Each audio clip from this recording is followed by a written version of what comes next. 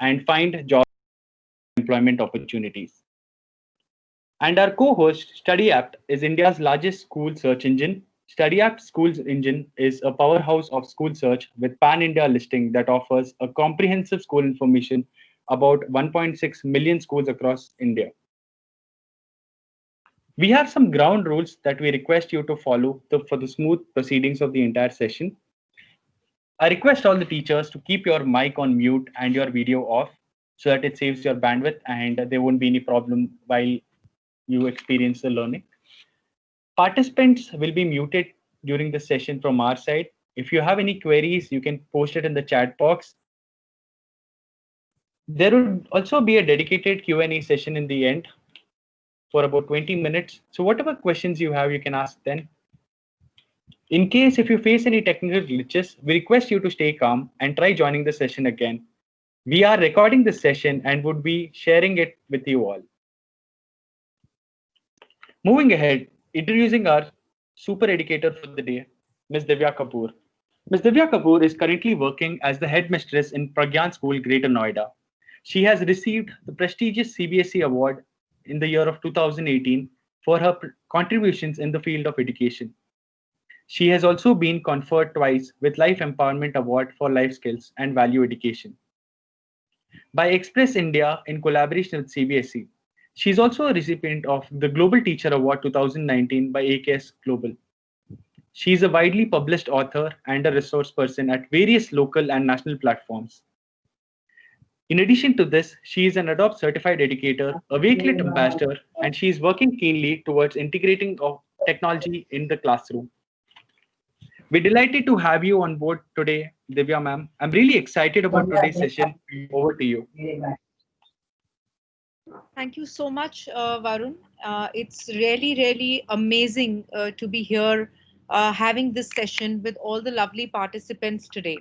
So first of all, a great thank you to Teacher.in and StudyApt who have organized this beautiful series of certification courses wherein teachers from across India can come in and learn and share their experiences, and teachers like us, educators like us, also get an opportunity to talk to them, share our experience, and at the same time learn from them. So, moving on with that, a very warm welcome to all the participants for today's session.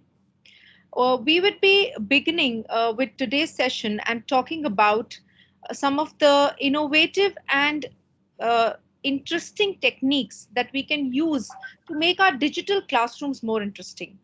So I would now like to present my screen and begin with the presentation.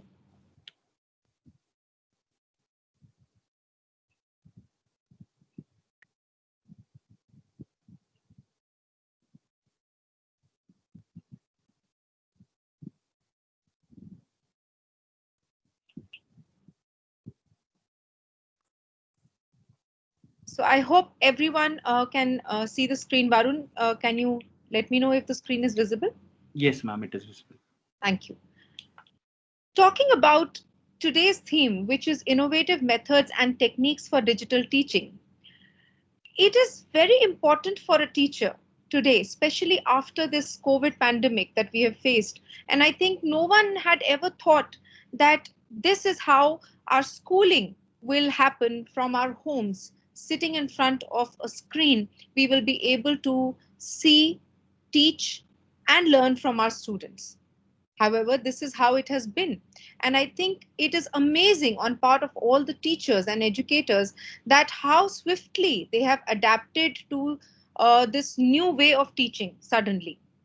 But I always believe that nothing is perfect. And it is always the more we work towards something, the more we learn something, and the more we do something, that we start achieving better results in our area of expertise. So, talking about digital learning has been there with us for a very long time. Even before this pandemic, we all used to be having smart boards, and we all were using technology and even different kind of apps to take our classrooms forward and make them more interesting.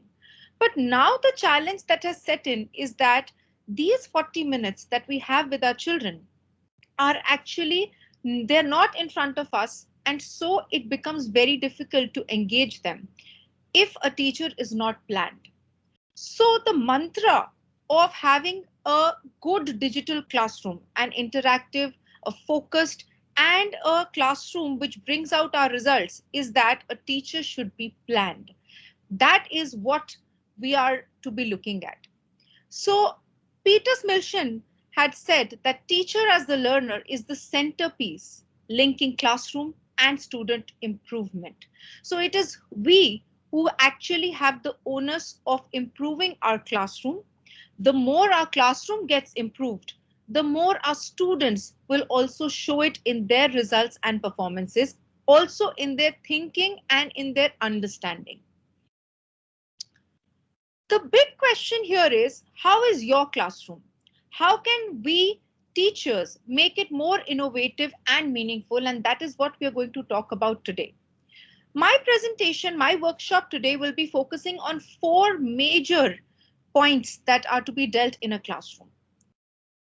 While a teacher enters a class, her uh, her 40 minutes or 35 minutes or 45 minutes that you have with your students are broadly categorized under these 4 important parts. The first one being the introduction. That is, that when we go to our classroom, we introduce the topic, the subject, the concept that we want to teach, and we set the context for the class. That today, children, we are going to learn this. Today, I'm going to do that. Today, we're going to be learning about this particular thing. So the first 5 to 7 minutes, very importantly, are about introduction and context setting, followed by the next, which also forms another major part of our classroom, is building of context. That is where we help our students understand the concept that we are trying to teach. We initially set the context and then we try to explain them through various activities, through examples, through real life applications, through real life context, that why this topic is important and how they can actually understand what its meaning is in terms of the real life context situations. Then comes student participation and activities. This is the time where a teacher is actually tested, where you're not testing the students, but you're testing whether what your students have learned. That means, are you successful in teaching them whatever you have done so far? So if you are successful, your children will be able to do the activities and their participation will go very well. However, different children are different and therefore their means and the medium of expression can be different. And last bit, the last part of our class is closure. That is your summarization. Now, I have just touched upon these 4, and why have I touched upon these 4 is because this is going to be the focus of our today's entire workshop. But before I proceed any further, I have a very interesting question for all of you, and I would love that quickly everyone should give their responses in the chat box. That how long do you as teachers spend in planning these 40 minutes? आप लोग कितना time spend करते हो ये 40 minutes plan करने के लिए? That's my question to all the participants today. I'd love to see the answers that all of you are giving.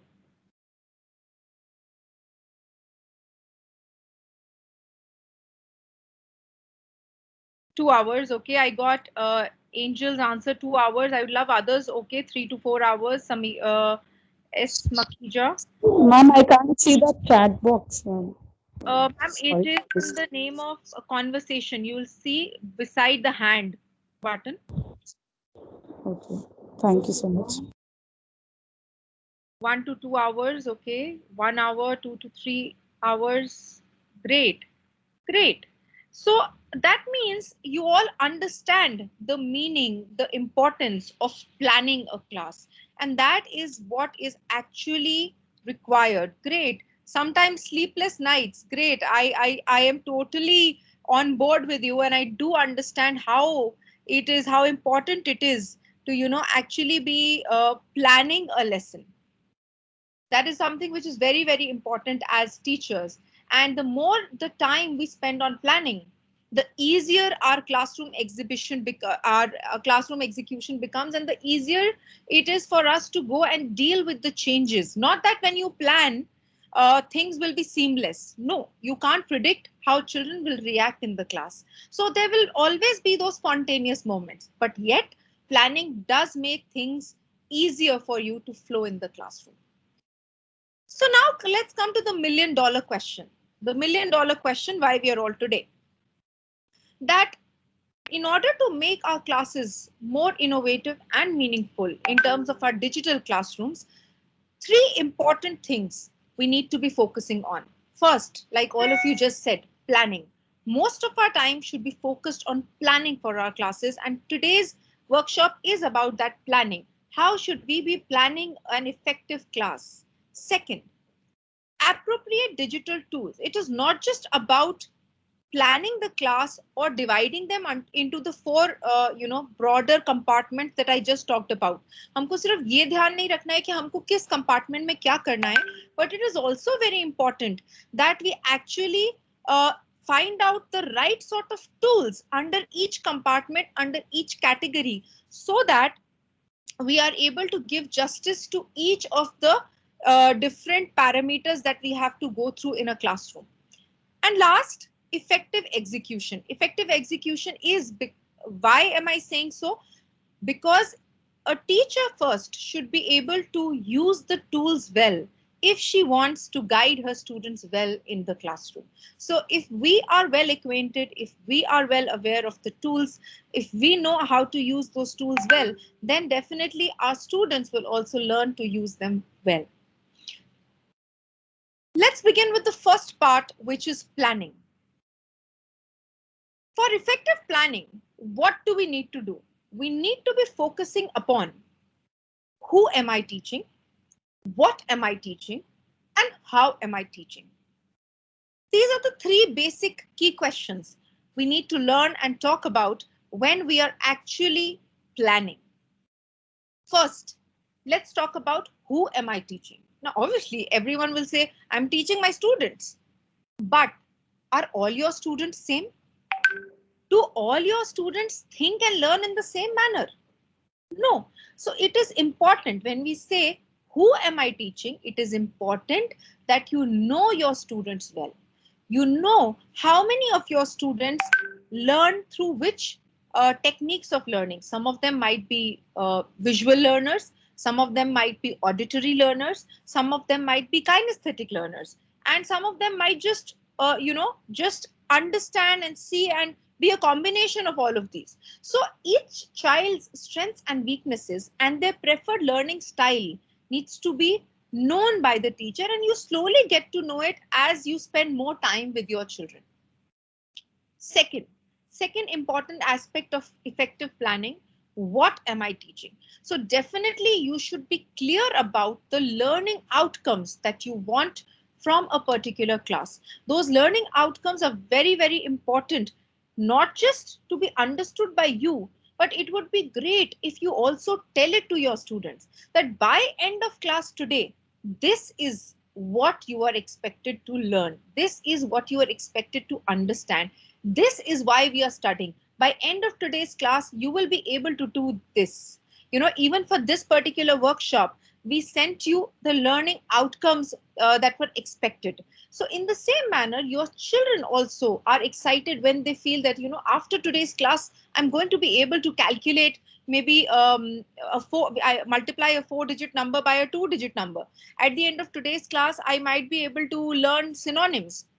At the end of today's class, I will know what is solar and lunar eclipse and why does it happen. So it is very, very important that we put across those learning outcomes, not just in our planning. We think about it and we plan accordingly, but we also inform it to our students. Third and most important, the aspect of planning is, how am I going to teach? Obviously, this is where the entire focus lies. Once you've understood your students, once you've decided what you want by the end of the class, this is the most important thing that we all need to focus upon. That is, how will I reach to those learning outcomes knowing that these are the strengths and weaknesses of my students. In order to be doing that, that means in order to be being efficient in how am I teaching, it is very important to study the next point of, the important point that we mentioned, that is choosing appropriate tools. If you are able to choose appropriate tools, if you are able to choose appropriate strategies, and if you are able to design interactive activities based on what your students like, you will be able to definitely teach them what you want and get your desired learning outcomes by the end of the class. A picture is worth 1,000 words, and rather than I telling you, I would love to hear from the audiences again. What do you think this picture is depicting?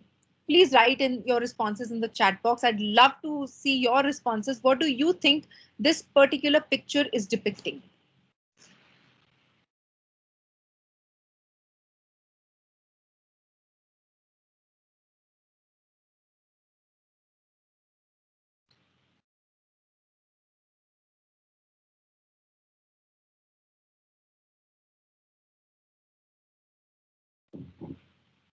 Okay, it is depicting a digital board. I've got, okay, divergent thoughts. That's great.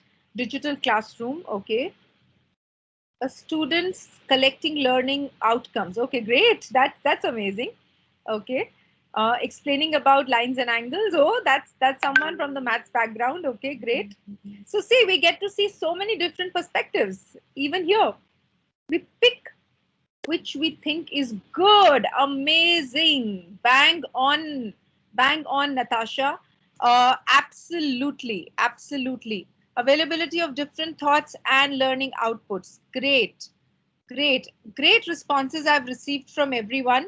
Amazing. So I think Natasha went bang on to why I used this picture. And this picture actually talks about the variety of digital tools available in the market today. There is so much available, there is so much that a teacher has in hand that sometimes we ourselves get confused as to, what to use, where to use, how to use. And this is, a teacher walking through a gallery, a galore of all these digital tools and trying to decide which one to use. So that's what this picture actually depicts. Uh, Now, I have been talking about digital tools, so I'm going to go to the first aspect of our classroom. So now onwards, I'll be taking you through the four aspects in the beginning that we had talked about. If you remember, introduction, building of context, student activities and participation, and closure. So we're going to talk about all these four aspects and learn what kind of good digital tools you can use for each of these aspects. Although, like I said, the market is full of digital tools and you have a plethora, abundant tools that are there. But today, let us discuss one new tool for each of these areas that we are going to focus upon. Now, beginning with introduction. Why is introduction? I mean, someone would just say that, why to introduce? I can just generally go in the class and say, oh, today I'm going to learn this. Today we are going to be learning this, and begin with the topic straight away. Why is introduction so important? Introduction is important because it helps in setting up the context to the class.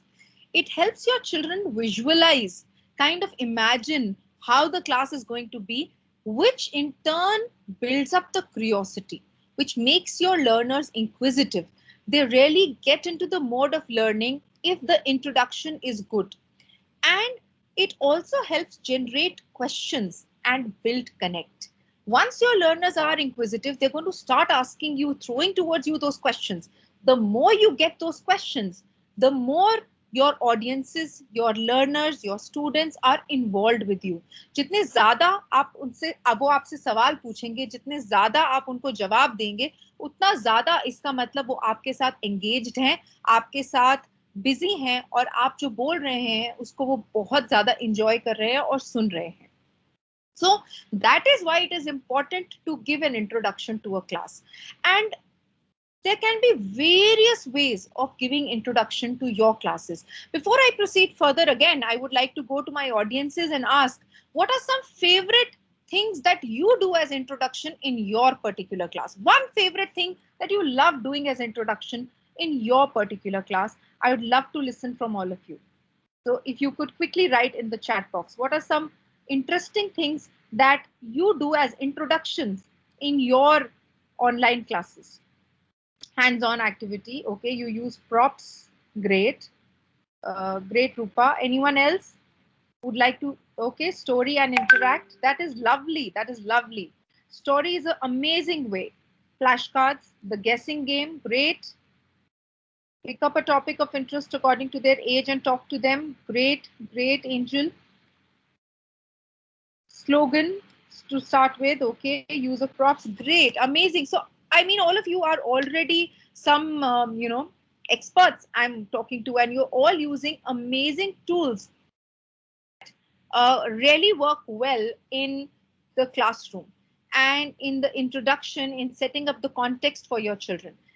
Today what we're going to do, like short story related to context. Okay, great, great, great inputs by everyone.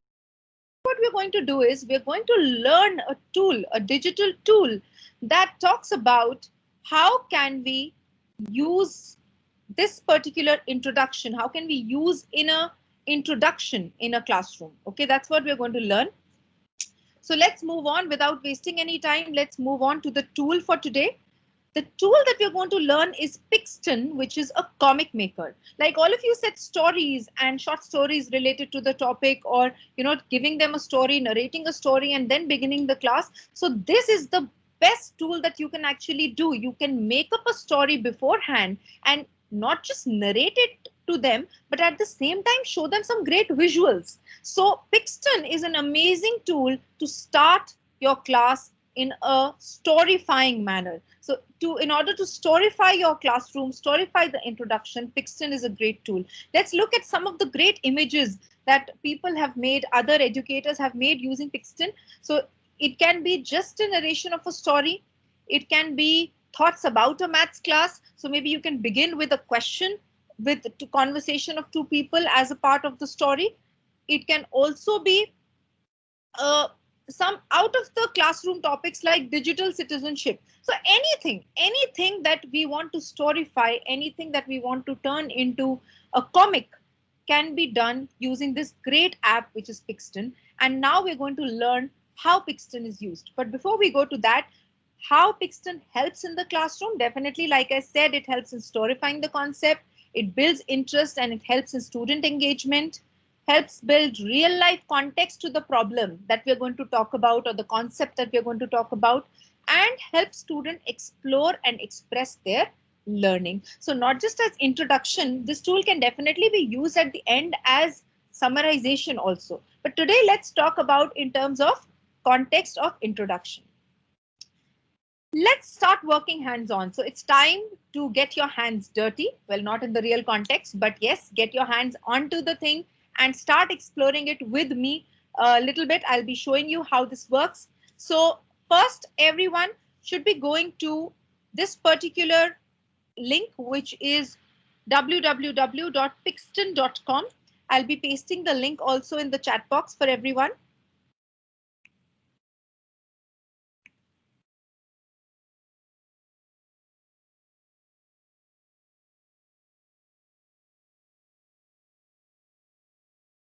I put the link in the chat box. You can click on the link and you can reach to the Pixton page.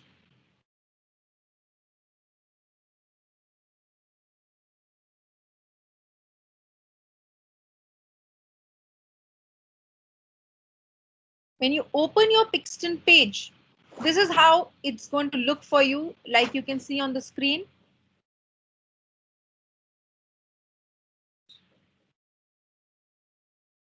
And what you have to do is you have to be clicking on for educators, the option for educators.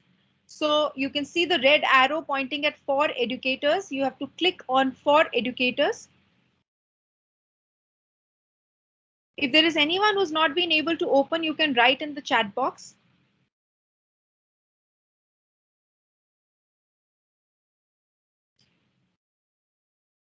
Right. Once you click on that, this is the next screen you're going to see. Create comics for class of fun and sign up free. So again, you need to click on sign up free.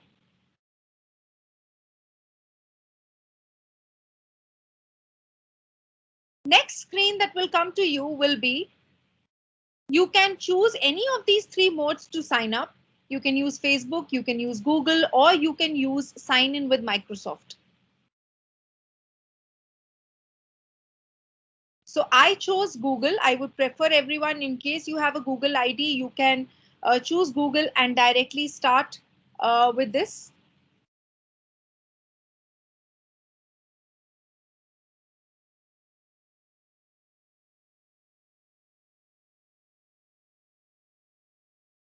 And then you reach this particular page. It is a three-step process to move into Pixton. Three-step process to move into Pixton. So I would just like to know in the chat box if everyone has been able to reach this particular page, the three-step page, and if I can guide you further from there. Has everyone been able to reach the three-step page? In case anyone has not been able to reach, please mention.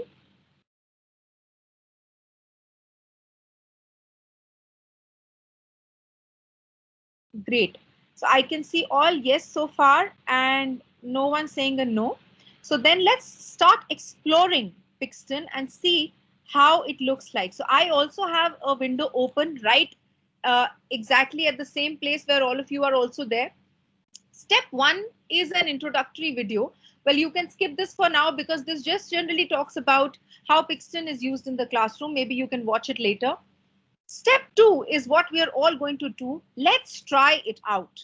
So click on the let's try it out. Let's try it button. And this is how your screen will look. This is how your screen will look. You're going to be reaching a place where you have a panel. You can see above there is this background, characters, focus, words, all these things you can see. Now, the first step that we're going to do is begin with the background. Some backgrounds are available for us for free because in the free version, not everything is open. Paid version, definitely everything is open for us, but there are a good 4, 5, 6 variety of backgrounds that are available for the free version also. So maybe if I want to choose this as my background, I just have to click on the image, which I have to choose as the background. So I click on that image. If I want to change it at this point, I can click on another image and you will see the background changing on my screen. Similarly, I can go to another image and the background will change again. So any of the backgrounds that you want to use, you can be using that. This is another one. So depending upon what kind of a setup you are wanting for your comic or your story, you can choose it accordingly. If you want a classroom setup, then this is the best. You can see pupils and you can see a whiteboard back at the back, and you can actually use this particular setup also. Once the background has been chosen, so I'd love to choose the classroom setup. Next comes the second thing, which is characters. Now it is important that our story has some characters. Again, there are certain characters that are available free to us, whereas there are certain others which are not free and we will not be able to use them. So anyways, let's just choose any one character that you feel like being a part of your story. So I've chosen this particular character. I can change the outfit. You can see on my screen, I have different outfits. So I can choose an outfit that I want my character to have. I can choose this one, or maybe I can choose this one, whichever you feel is appealing for your character, how your character looks like. So I would love to go with the red and green one because it's very bright. Next, what I can do is I can change color of the face, the facial color and the hair color and the hairstyle also. So I would love to change maybe the facial color of my character, and I've changed it. It's gone a little bit on the wheatish side. And now I'm going to change the hairstyle of my character also. So you can go for as funky or as simple a hairstyle that you want. Your character will start having that particular hairstyle. And it's very, very easy. It's all just about clicking. It just takes a few minutes to create an amazing story, an amazing comic for your children. Right now, our character is set.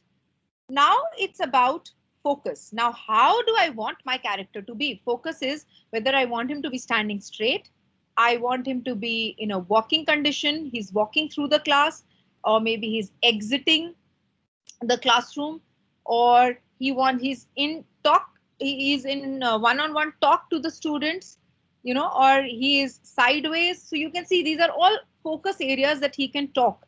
Now let me choose this one, that my character is just entering the class, and next comes the words, because without words the comic is not really complete. So I can type any much as I want, 400 characters I can choose. So I will type in that, hello everyone,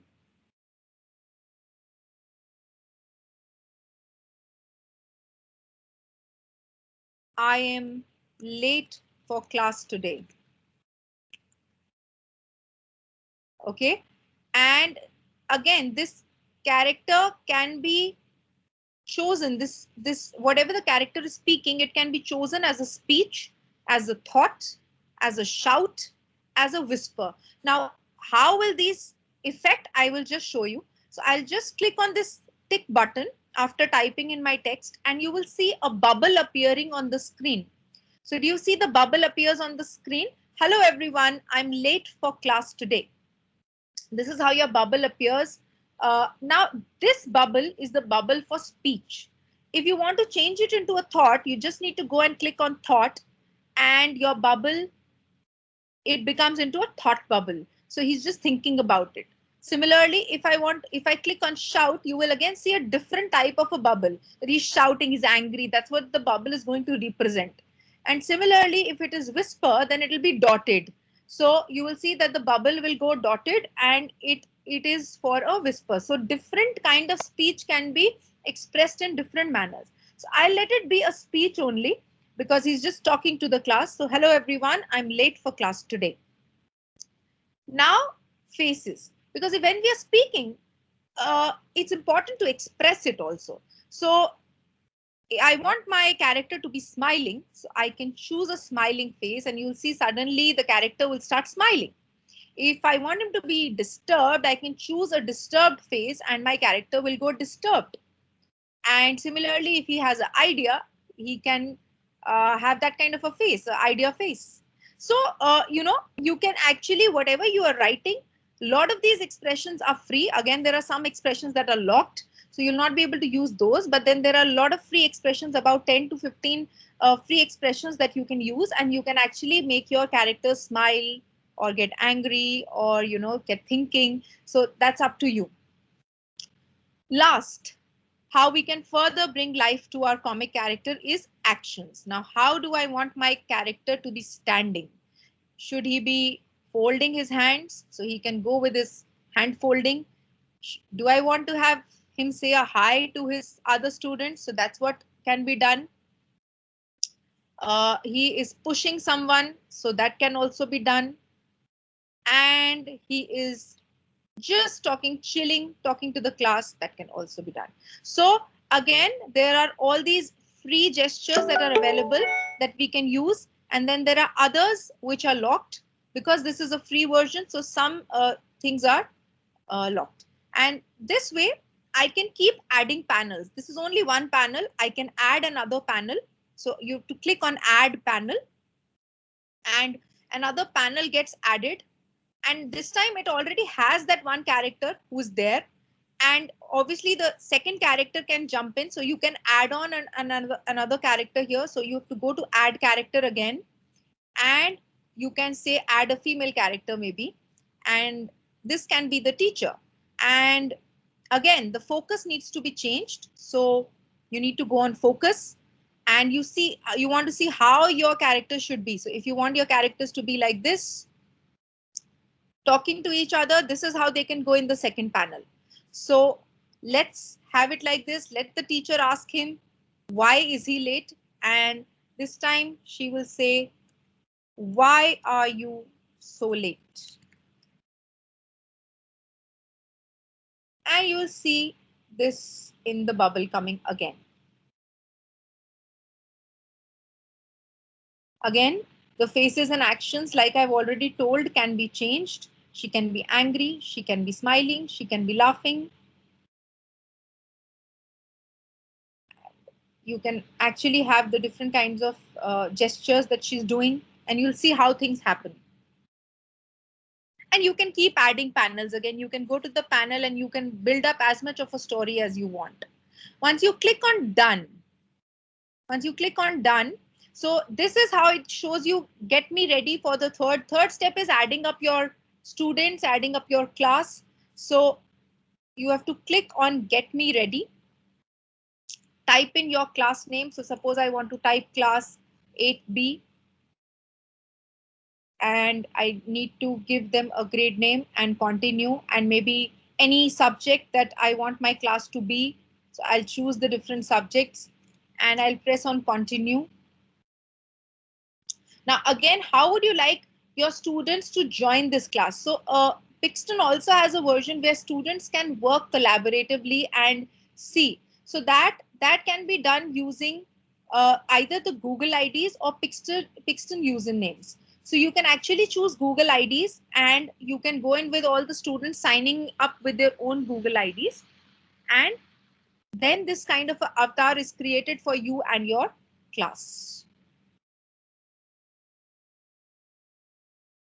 So I hope that the Pixton tool was clear to everyone, and all of you have enjoyed and have been able to create some panels.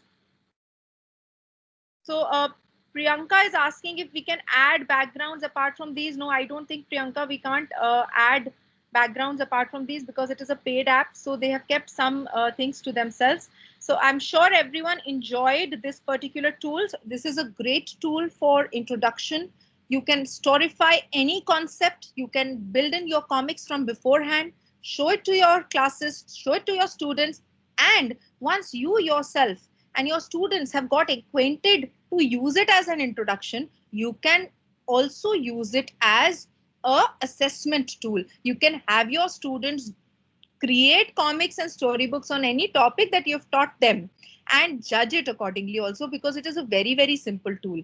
And all your students, all starting from the upper primary graders to the middle graders, will be able to do it very, very quickly, and they're going to love the experience of sharing their knowledge using these comics. Great. So let's move on and let's go back to our presentation.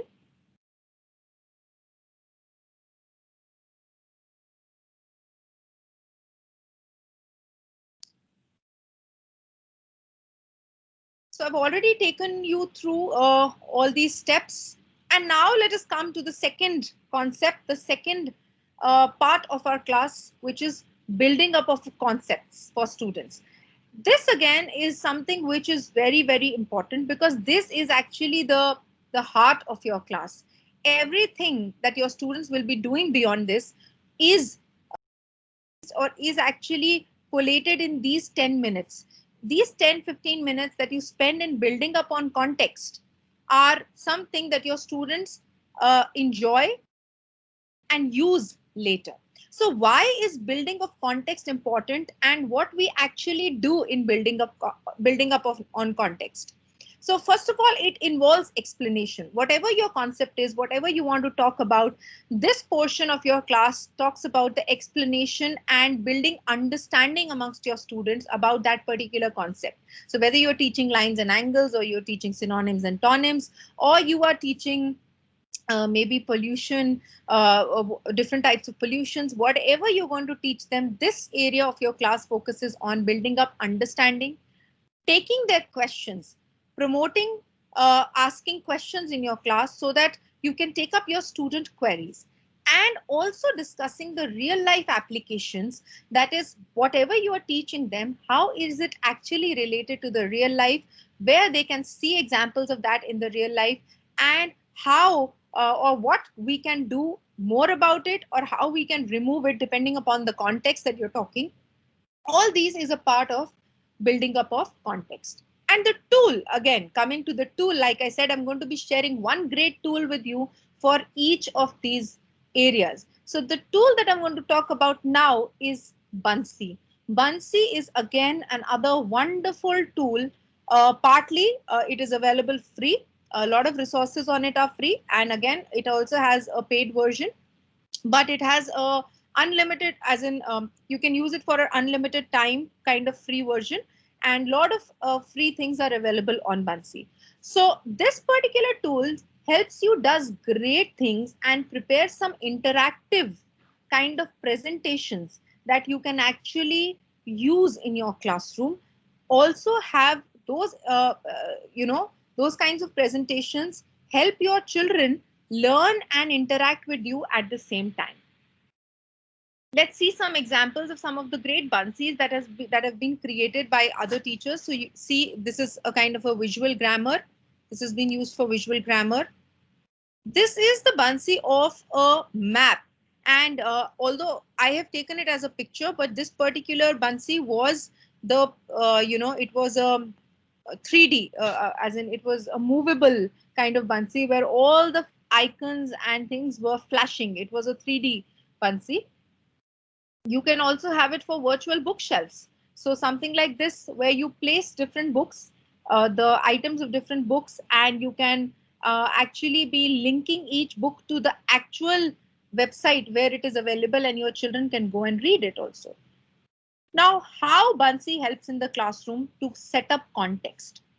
Three important things that Buncee helps in. First, visualization. It gives your children amazing resources which they can visualize and imagine. Whatever you're talking about can be seen on the screen. You can create it on the screen. So it helps students visualize the concepts that you want to teach them. Second, it gives them a voice and a choice. That means it helps your students to be change things and do things according to their liking. So someone can actually, if you're using Buncee as an interactive Buncee, someone can actually go in and record an auditory message, and some other child can come in and record a video message, and a third one can actually come and create a slide for reflecting whatever they're learning. And last, definitely it is very high on the engagement quotient. Means बहुत अच्छे से आपके students को engage करके रखता है class में, and children love being in the class when you are using Buncee. So again, it's time to go in and dive into the app, learn more from the app. So I'm going to be, like before, I'm going to be pasting the Buncee link into the chat box for you.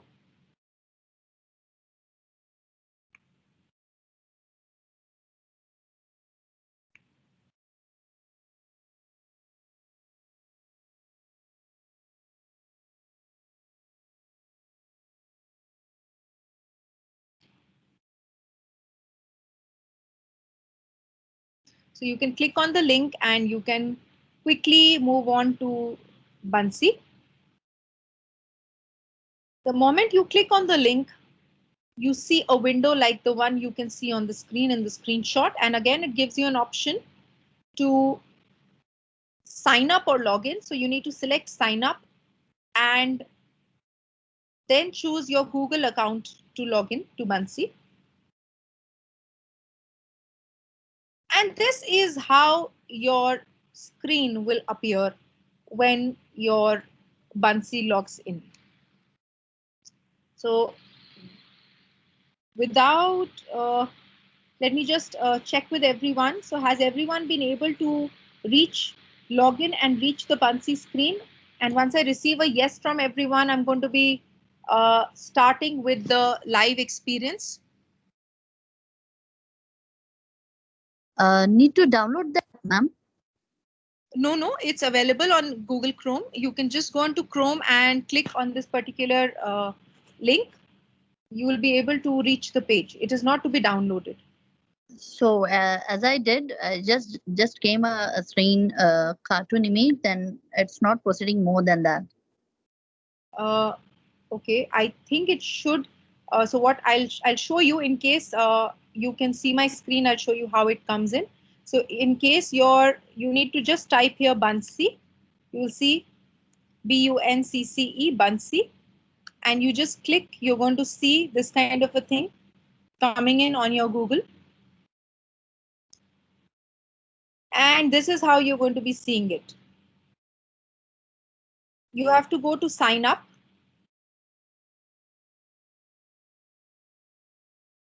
This is what you're going to be seeing. Okay. And you want your free trial. Get started. So I want to stay on the free feature. I don't want to have any other thing. So I will just sign up with the free feature. Okay. So get started for free. I'll click on that. And it will show you this page where you can continue with Google. I hope you've been able to sign in, ma'am.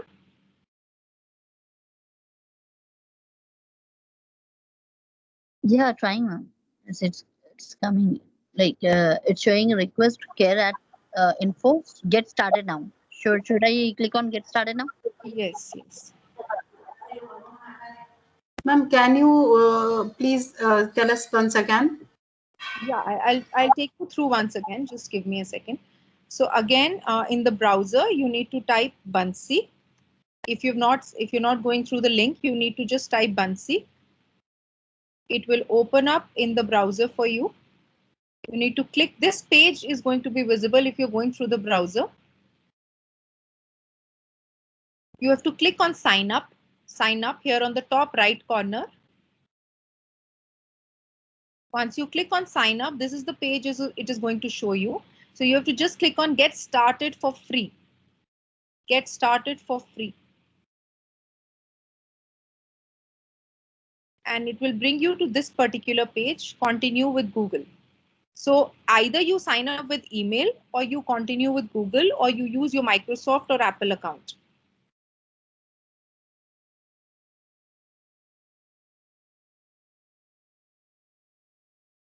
So what I'm going to do is I'm going to begin sign up with my Google.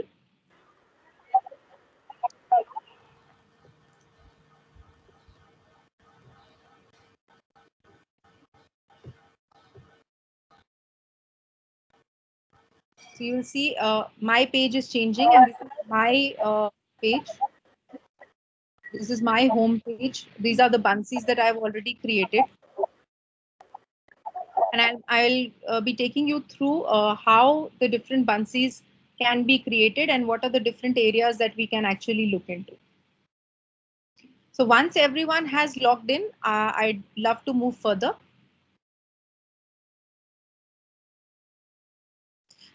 You don't have to select an account type, but you just start the free trial. It gives you a 30-day free trial, after which it will ask you if you want to go in for a paid version or if you will continue with the free version. To just click on select your 30-day free trial.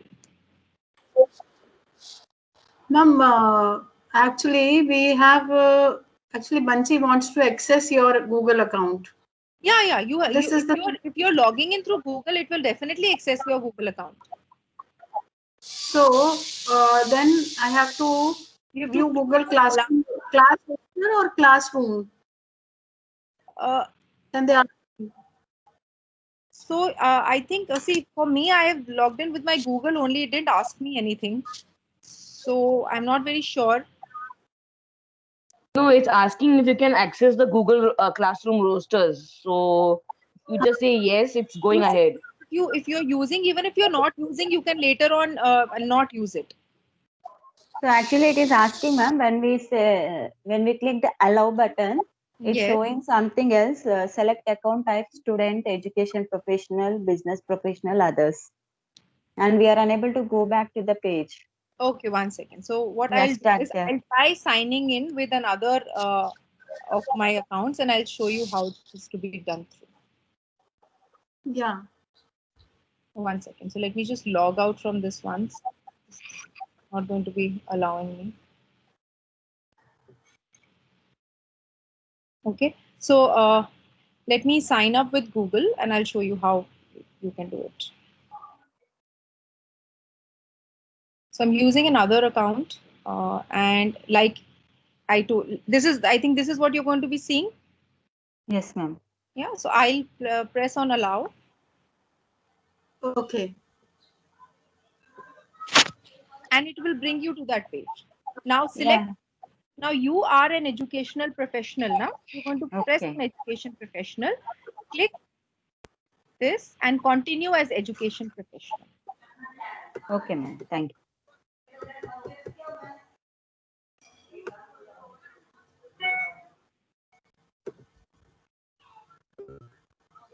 Now this you can skip.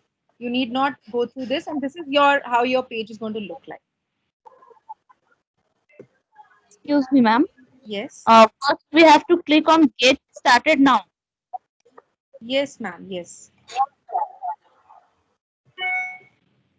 But after that, it is showing monthly billing or yearly billing. You have to click on get your 30-day free trial, ma'am. Click But your, I'm not getting that. I am clicking on that, but it is not responding. maybe you can, ma'am, then see it here and then we'll proceed further. I mean, you can try it out later on. We'll help you later on with that. Okay. So, how to create a Bansi? I'll quickly take you through. You have to press this create button, the top right corner, create.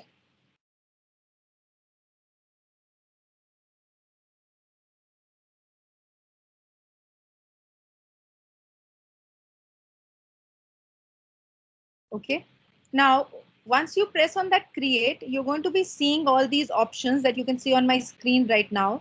These are options for choosing any template. If I want to choose any sort of a template to create a Bansi, so Bansi is very similar to a presentation, but it has many other features as compared to a presentation. Okay. So I'm going to quickly take you through that. Suppose I want to choose a background or a template back to school. That's what we're all thinking about right now. So I've chosen back to school and I'll be choosing any one template that I want to. Suppose this is the template I want to use, or any template that. So suppose I choose about me. I use this template. So we click on use template. You can choose any other template also if you feel like.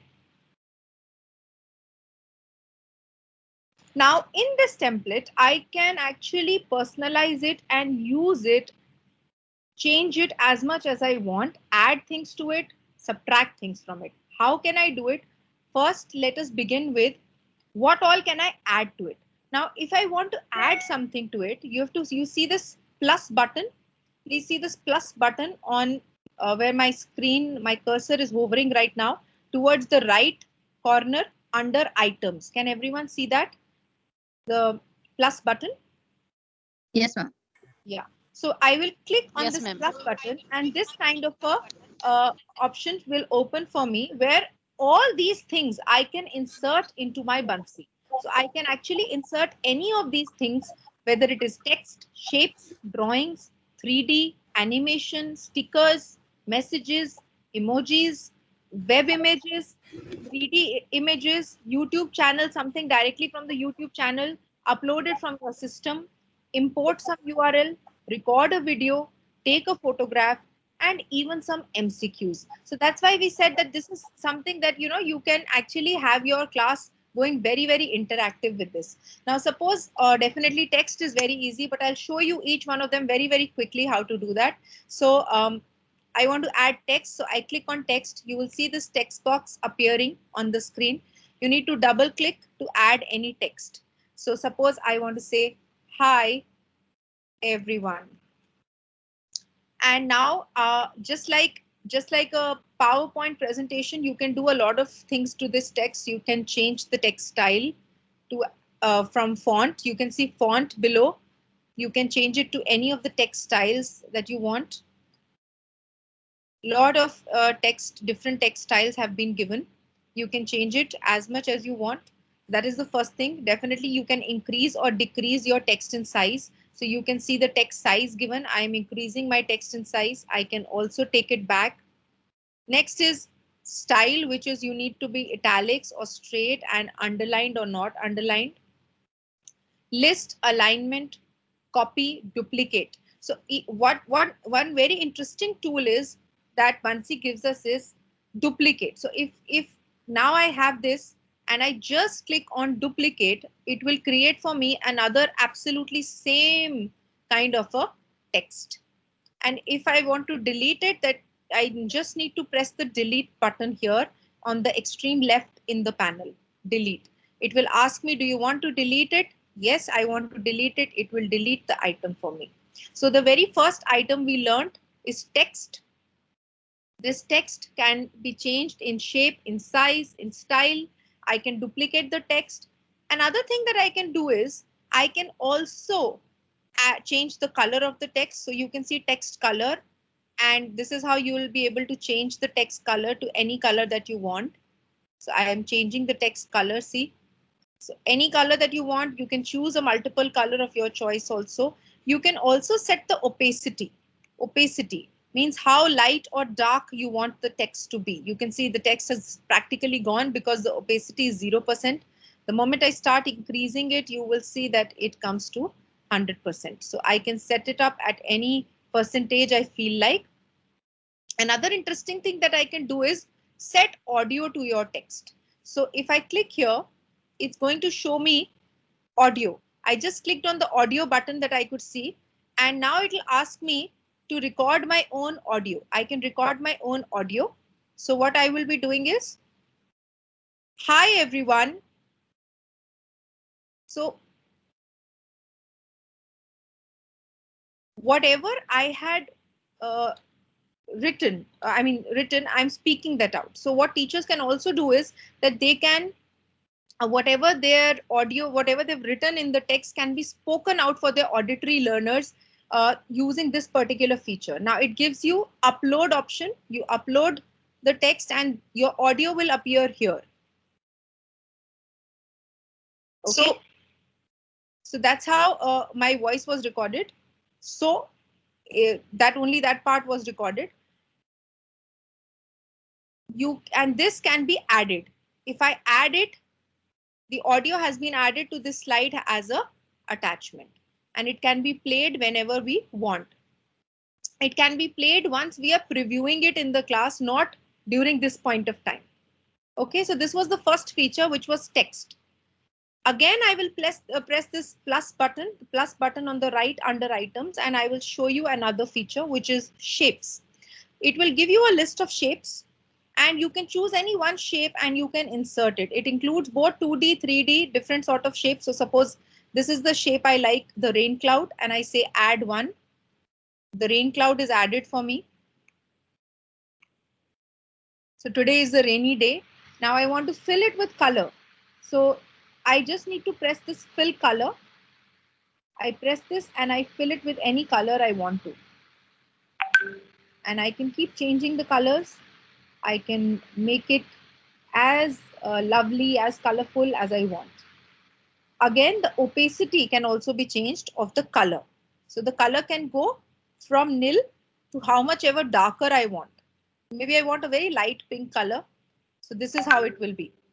Now, suppose I want more clouds and I don't want to go back and do that same process again. So all I need to do is you need to be having this box with the red dots so that the figure is selected for you, the image is selected for you, and you go and press on duplicate. It will start duplicating as many clouds as you want for you. And you can just place them as and where you want them.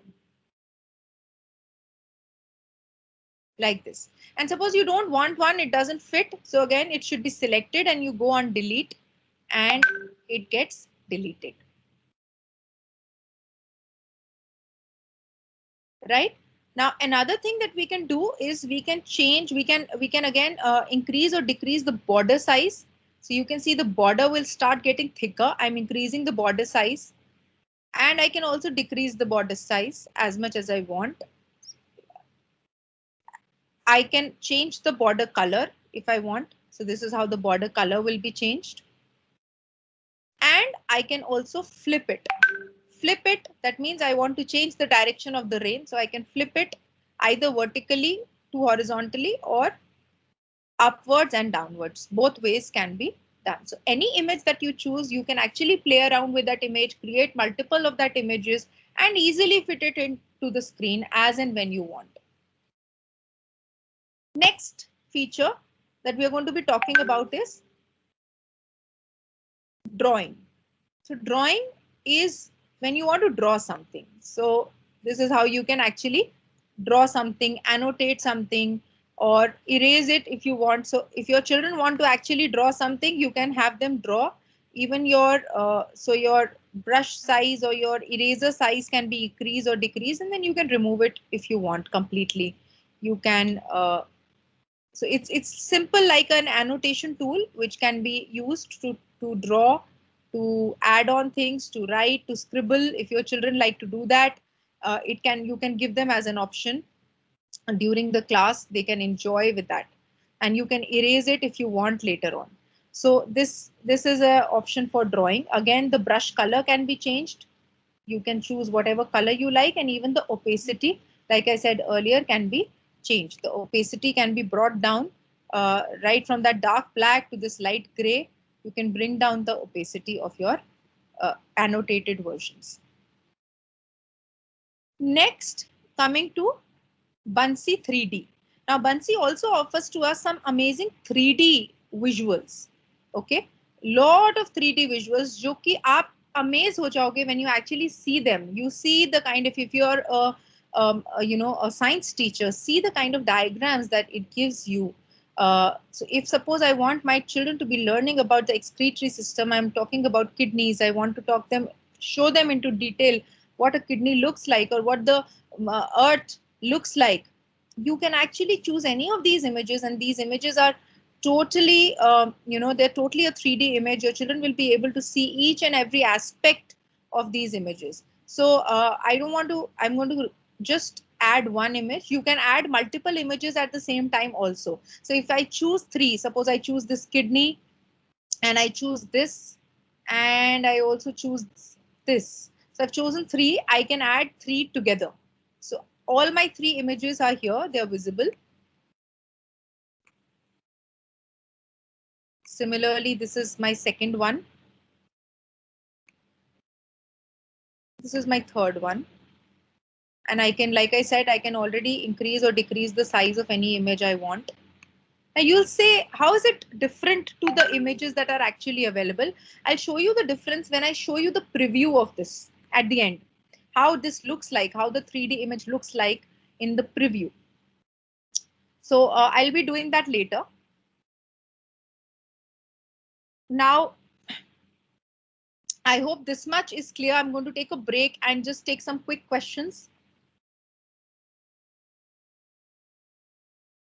3D Buncee option. Okay, I'll be showing the 3D Buncee. I hope so far so much is clear to everyone, and I'll be showing the 3D Buncee option also. Okay, so excuse me, ma'am. Yes, ma'am. Like I wanted to know, because I've never been so tech savvy, but I have this doubt. The app which we are using is Cisco WebEx. Okay. So, so for the children, whatever we present, no, sometimes it's in the PPT slideshow. This will also be, you can use, I'll come to that. Let me come to the end point, the sharing point, how it is to be shared, to come to that. Okay. So do you see all the 3D images are moving 360 degrees? All the 3D images in the preview. This is not visible when you are just placing the image, but when you see the preview, your 3D images are moving 360 degrees. You can actually talk to your children about how each part of a human body looks, how these different parts look and feel in the human body. So all of these, each 3D image that you're going to be talking about, you can show the students the front, the back, the inside view like this. It rotates on its own. You can also do it into a full screen. So the full screen option is also available to you. I just clicked on full screen, and that's how it shows me. So I did nothing. The image was 3D by itself. I just placed the image and I clicked on preview. Okay. Now I want to edit it again. To go back, I need to press on edit again, because as long as I will be on the preview, I will not be able to do anything. So I'll need to press edit again. So it will take me to the edit option again, where I can add or subtract anything that I want from this particular app. Now let's go on and try some other things. So I have some multiple pages. I'm going to go on another page in my Buncee. And do you see this motion that just happened? So this is automatically there in the template itself. I have not done anything in this. So there are some things that are there in the template itself. And if I want to add my blank page here, if suppose this is not what I want to add a blank page. So I just need to click on the plus button here. Under all the pages towards the left, the plus button here that you can see on the screen, you need to click on that. So, and then you have to choose a template or select a background. So suppose you don't want to choose any template, you want a plain background. So you just select a background and it's going to be showing you background images or colors. Both will be available. So if you want an image to be a background, that is also available to you. And if you want a color to be a background, that is also available to you. So, and it, when you're choosing it, you're going to be given option, this page or all pages. So I will just choose this page because I would want each page to be different. So this is how a fresh page, which is not under any template, will look like. Just a colored fresh page. Now I want to add my items. So I can, like I said, click on this and I'm going to go back and see what else is available. I can actually go and have some Buncee stickers. Now all Buncee stickers are not open to us. They keep opening from time to time. Some of them are available, some are not. So these are Buncee stickers. You can see this is the trending category. These are all categories of stickers that are available. So much is available. You will get tired, but the things will not stop. So it's all about exploring. These are all Buncee stickers. You can use any of them. Yes. Ma'am, actually, as we have gone through Pixton and we have enjoyed, I feel that we should also once go through Buncee in the same way, so that we know how to use it. So, see, I am doing it. I wanted everyone to be doing it alongside me. That's why I'm not going very fast. I'm showing you each and every option. I mean, I'm trying my best that we go through each and every option. So you can do it alongside me. You can actually do it what I am also doing simultaneously. If that works for everyone. How would you want me to do it for you? Thing is that I am just seeing you. I've not done simultaneously because this is having more feature than Pixton. Yes. So yes. that's the reason. Pixton was a very easy app. This will come to you with exploration because it has a lot of features. So, ma'am, I think we'll watch you, ma'am. First, we have to watch and see. Yeah. How it is done. That's what I'm saying. That see, it's your comfort level. That's very true.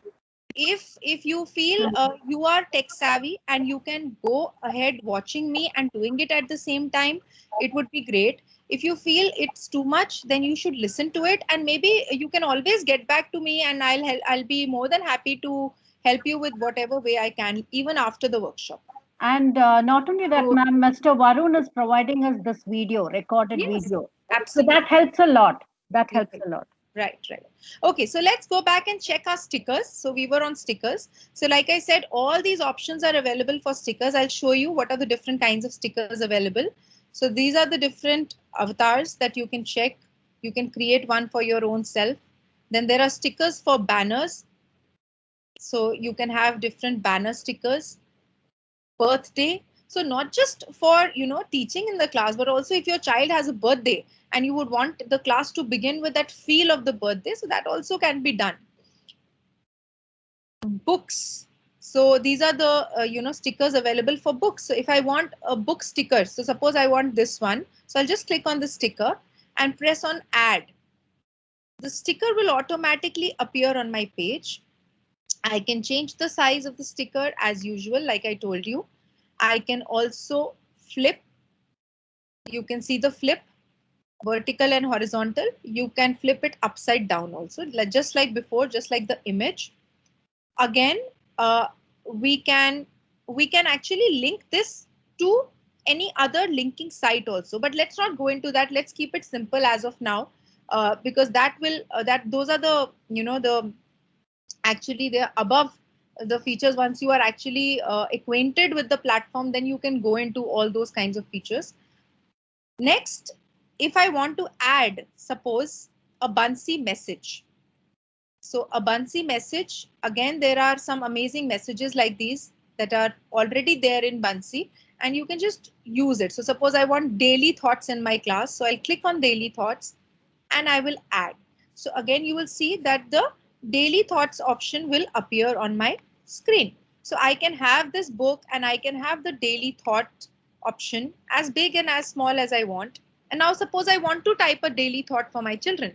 So I can go on plus option, click on text, and a text will appear for me, and I can actually have that text anything. So I can say good evening.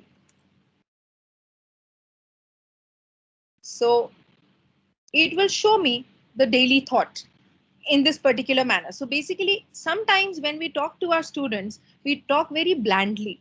We are only talking with words, but Buncee helps us create an image for every word that we want to speak.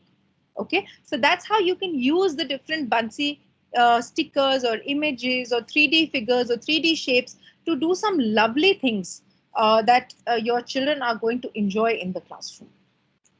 Let's move ahead and go on to emojis.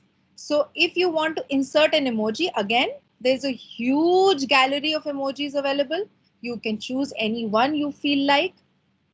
Different emojis. This one that I'm showing you is just the trending category, the newly added. Other than that, back to school is a category that you can see. This kind of emojis are available. Beat and Betty hearts. This is another emoji. Then book emojis are available. So you can actually use a book emoji for your children to express the kind of mood they are in. Candy emojis, dinosaurus emojis, so many of them. You can just have any one emoji you feel like, and you can have them added on as per whatever you're teaching your kids. So the level of kids that you're teaching, suppose I want to add this.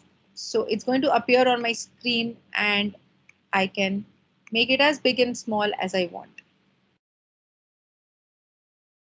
Next, again, I'll be clicking the plus button. So we have explored quite a bit from that Buncee has within itself. Now let's see how we can actually add some YouTube videos or some uploads from our own system. So if I click on YouTube channel, you have to be typing here a link that you want to be inserted into your Buncee. So for that, you can actually go to an actual YouTube, the kind of video that you want. You can paste the link here of the video, and you can select that YouTube thing to be uploaded here. There are some which are already here. For example, there's this TED Talk that you can see, this Khan Academy. These are all inserted already, so we can choose out of these also. However, I think they are in the paid version, so it's not showing me here. But definitely I can go on to YouTube and I can choose. So I can, if you want, I can show you. If I go on to YouTube and I choose any one video, So suppose I want a maths video. Suppose I choose this maths video. So any one thing I've chosen, and I want to just insert that video into my Buncee. So what I can do is I can click on that video and double click it to copy video URL, and then go back to my Buncee and paste the video URL here. Okay, so that's how it can be done. Next, if I want to upload a file from my system, so suppose I want something from my system. So select files to upload. I will click on this. It will show me the files in my own system. So suppose I want that this is the file in my system and I want to upload this particular file.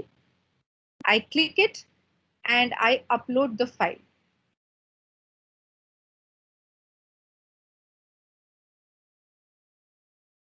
So it will take, I think, some time. Yeah. So this file has gotten uploaded into my Buncee here. Now my children can double click it and actually view the file while we preview it. Not here, because remember in Buncee, whatever you are doing, you are creating the Buncee, you will not be able to see the effects. Once your Buncee reaches the point where you are previewing it, all these effects will appear. So I can actually go back to preview and show you how this looks like.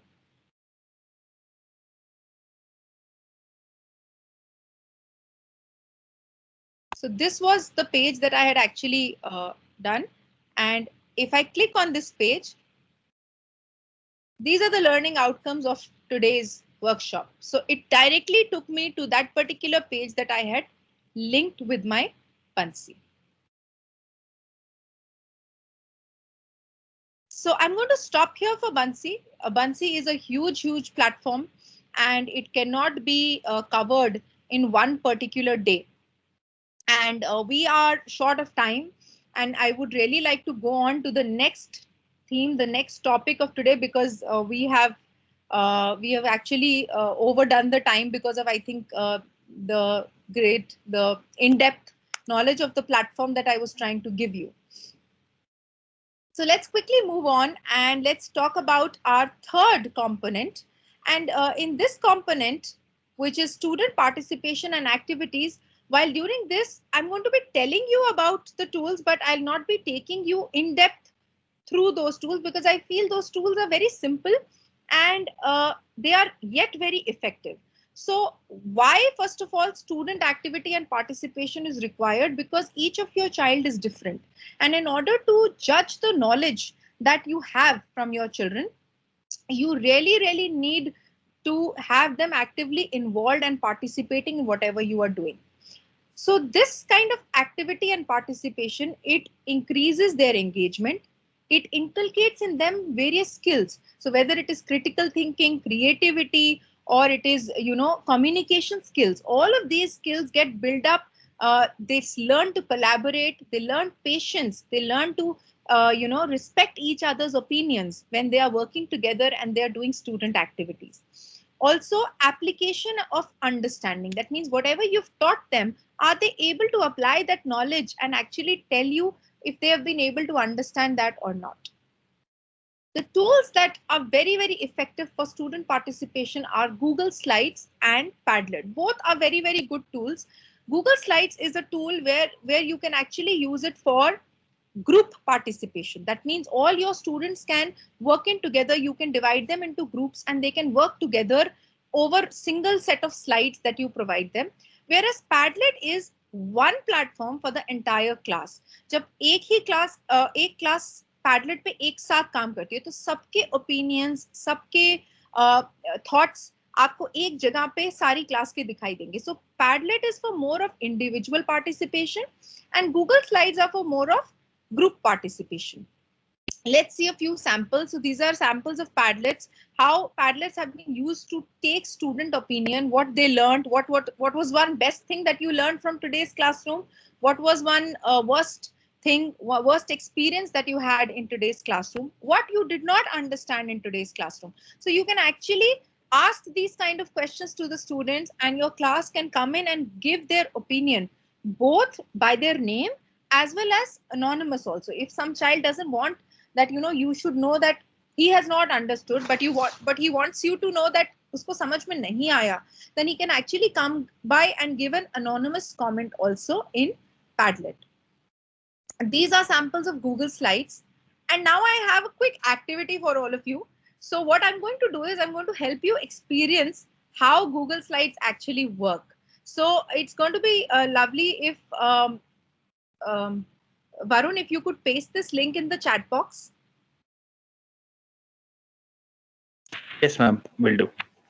So you're going to be clicking on this link in the chat box and the link will take you to a Google Slides that I've created for all of you, where you're going to be sharing an interesting activity you have recently done with your students. So let's share some interesting ideas that you have done in your classes. I'm also going to be presenting this Google Slide screen so that I see what all of you are typing.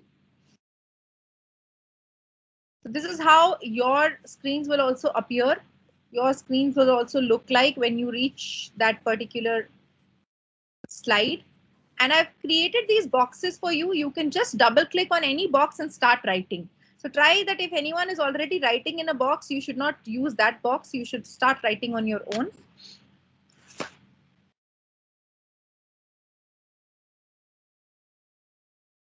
So let's just see how quickly we can see people coming in and writing on the boxes. One interesting activity that you have done in your classroom recently. So you have to go on to the next slide. Go on to the next slide, everyone. And start typing. Double click on the box and start typing. So this is a kind of, a real-time feedback, a real-time working that you can see for your students. Once you type in, you will see how it is changing here also on my screen. I can see what responses each one of you are typing in. So likewise, you should all be, I'd love to hear from all of you that what are some interesting activities you have done so far. So someone has pasted on the first page, I believe. So this is not where you are going to be writing. This is not where you should be writing. Please move on to the second slide. And you can be writing here. Second, third, fourth. So yeah, I can see show and tell activity. Someone has written greater than, less than. Okay. Okay, ma'am, you're working as a principal. Great to know that, and honored that you're part of a workshop. Sang recycling rap. Oh, that's amazing. That's very nice. So it's great. It's great to see how all of you are putting in your thoughts here.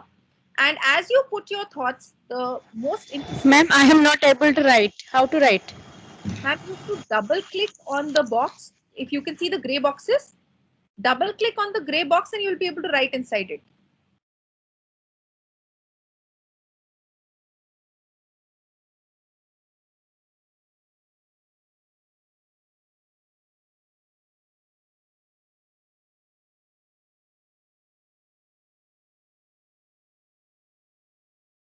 So see, the most interesting part of this is that as your students do their activities, you are able to see them, you are able to tell them what actually, whether they're going right or they're going wrong.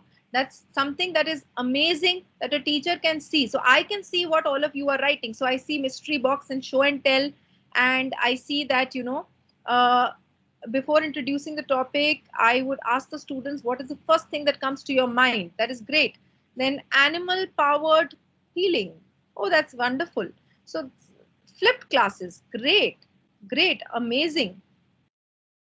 Amazing. Amazing. Wonderful experience with Pixton and Bunsey. Thank you so much for that compliment. Presentation and making videos and presentations through animals. Okay, that is great. So wonderful, everyone. And I hope now you've been able to see how Google Slides. So Google Slides are a version of PPT only, which are available on Google. And because it is available online, it is available on your drive, it helps you create a sharing link through which you are able to share it with your students. You can actually paste it in the type section, in the pasting section in your chat box, and you can have your children do activities as you are doing here with me right now. So they can express their learning, they can express their knowledge, and they can create their own things, right? So I'll quickly show you.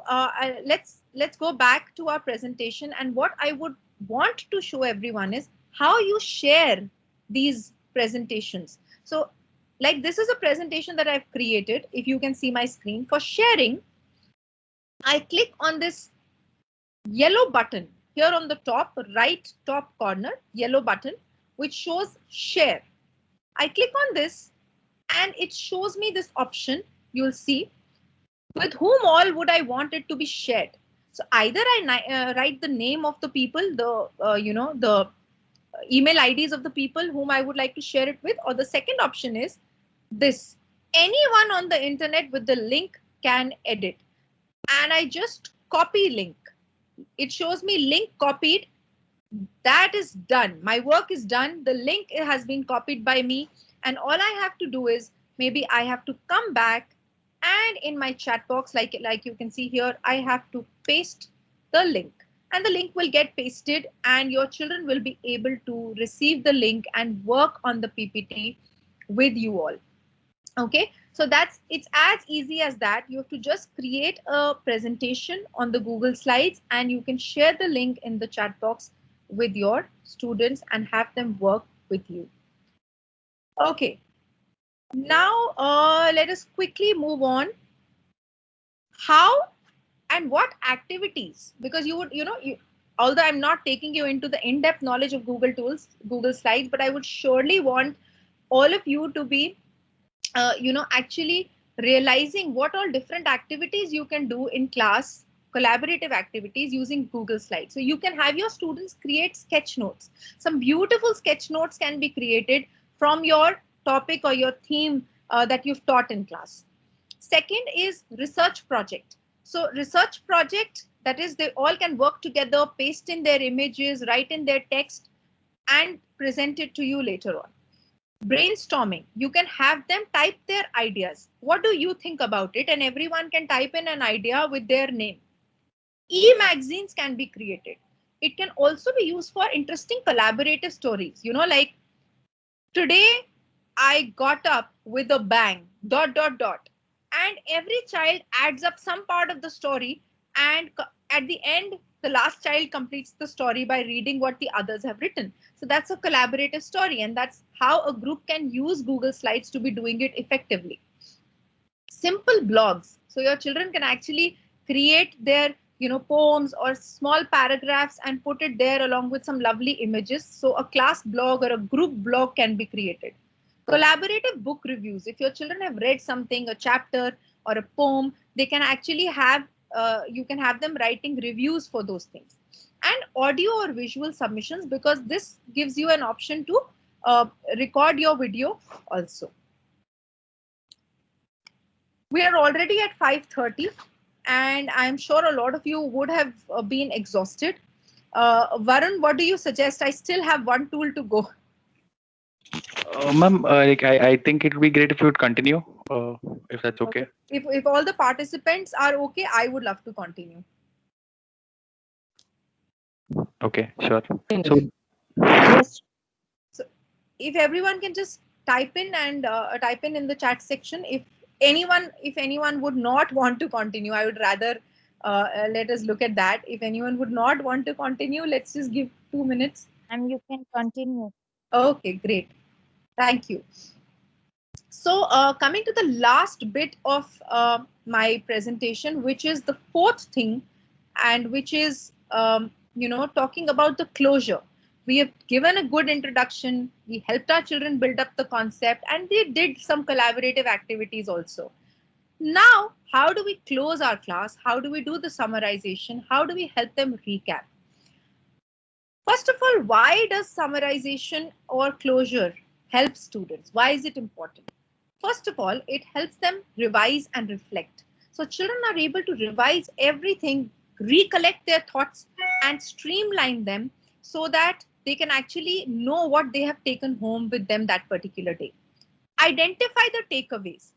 And finally, create a base for the next concept. That means once their thoughts are streamlined and they've collated all their thoughts, they've put them into one place and they have realized what they've learned, they're ready for the next step of learning. That is the next continuation concept that you want to teach them. That's why closure is very, very important. And today we are going to learn another very, very amazing and easy tool to help students collate and create some beautiful mind maps, or what you call flow charts or diagrams from whatever they have learned. Okay, so let's first look at how Coggle creates images. So these are the kind of images that Coggle helps you create. Some amazing mind maps that your children can do. These are very, very complex ones. Your children can have very simpler ones also, depending on the class or the concept that you're teaching them. Now let's start working on Coggle and let's again learn from doing. So that's the most interesting and amazing part. So again, what I'm going to be doing is paste the link in the chat box for all of you. You can click on the link and it will take you to Kaggle. The tool is called Kaggle.it, the website Kaggle.it. When you click on this, this is where you're going to reach.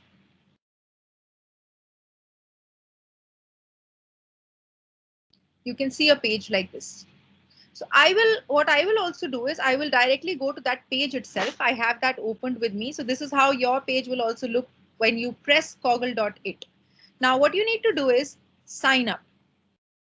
Sign up. So you need to sign up. You can sign up using any of the 3 available. Sign in with Google. So I'm signing in with Google and I'll choose my Google account. It will directly bring me into this sort of a page. So this is my Kaggle page.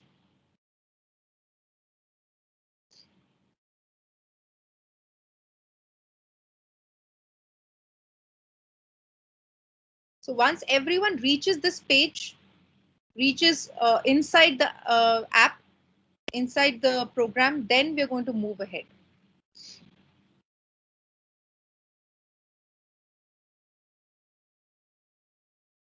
Yes, ma'am, it is done.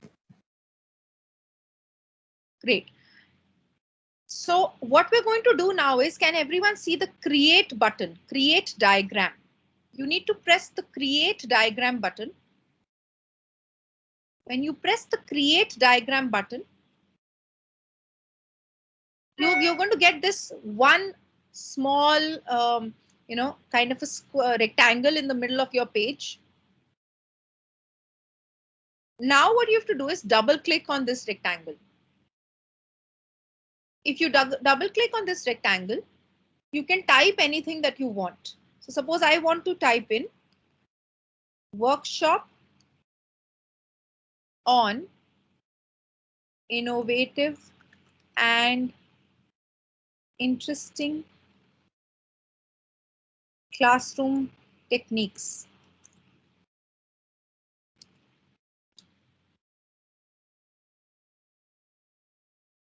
Now, what this app helps us in, what this particular tool helps us in, is that, like I said, it helps you create some wonderful mind maps or flow charts that help students create their thoughts, collate all their thoughts.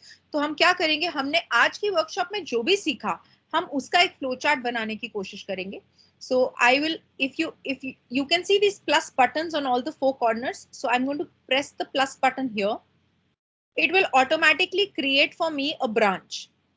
And I will go in and type here. The first thing that I learned, suppose in today's workshop, was introduction. And then I click out of it. Then I click here. The next thing that I learned in today's class was, say, building of concepts. Like this. Now, how can I actually make it more beautiful? If after typing, if you can see this, I have this hand button now. If I double click this hand button, this kind of a circle appears for me. Now this circle helps me do certain things. First, it helps me create a closed shape. So if I press on this, can you see the choose shape? This rhombus kind of a shape. If I click, it will show me some shapes. I can choose. Some of them are locked because, again, free versions have their own constraints, but some of them are unlocked for us. So I am choosing this circular kind of a shape. So this is how it appears for me. I've chosen this shape. Again, if I double click, I can change the color of the shape also. So this color pattern will come to me and I can change any color as I want it to be. I can also change the line patterns also, but some of them are paid versions. Okay. So these ones are the paid versions. You can see all of them are paid. However, if you take up the paid version, you can change the line patterns also. Okay, so this is something that I've done, and I can then bring it nearer to the original one or take it far or move it left or move it right. You can see you can do anything to this.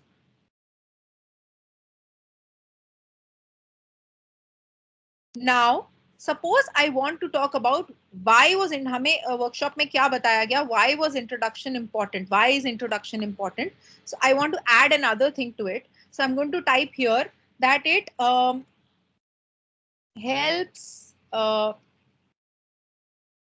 build interest.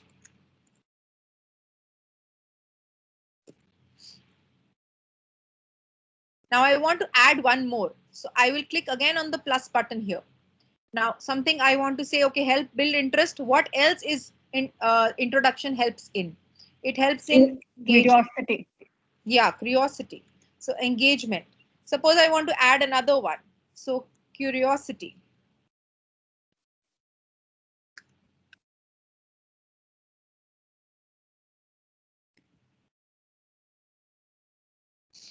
Now I want to talk about the kind of tool I used. So again, I can have another branch from here or from here or from here. So suppose I want to have it from here and I say tool to be used.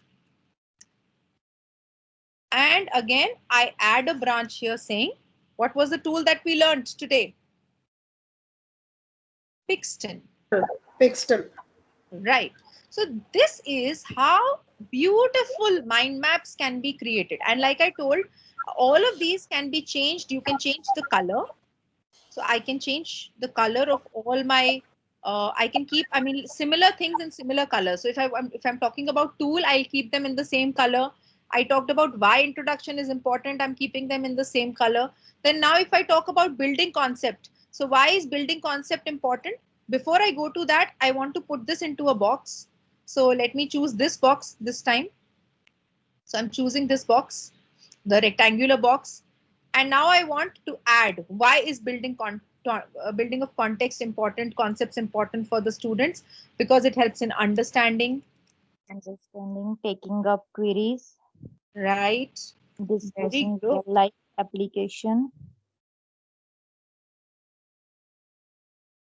Great. So this is how we can keep adding on, and eventually once you have done, so suppose I don't want to do anything further to it, I want to delete this one, so I'll just click and there's an option to remove.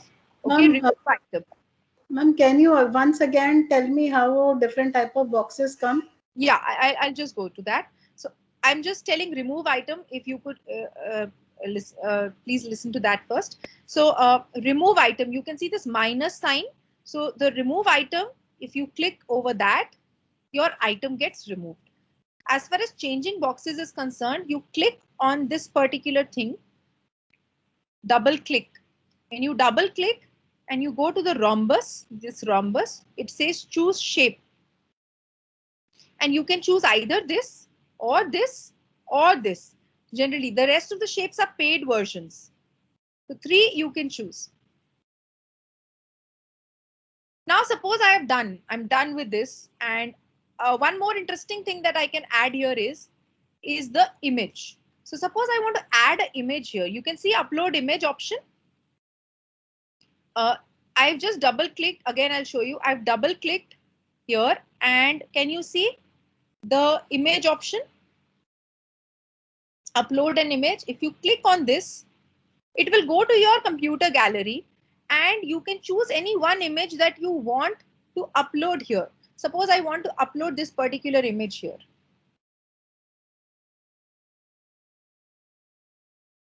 Do you see? And I can shift it here.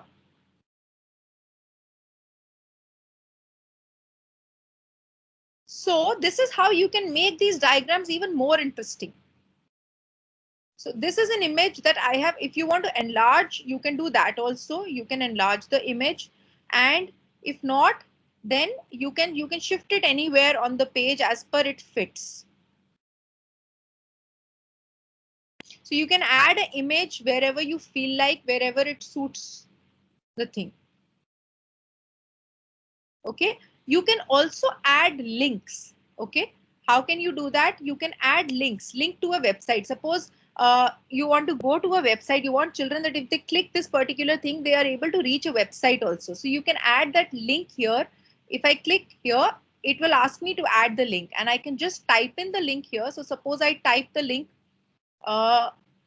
say I'll just type in pixton.com. So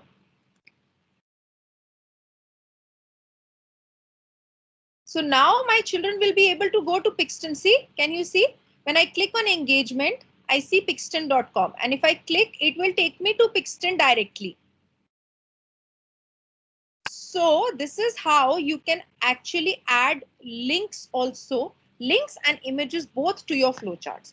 Once you've done with your flowchart, please go here to download this Coggle. It is the third button, download this Coggle. When you click there, it will show you can download it as a PDF, as an image, or as a plain text outline. I would love to do it as an image. So I will click image. And this is how my Coggle comes up as an image and I can save it into my system.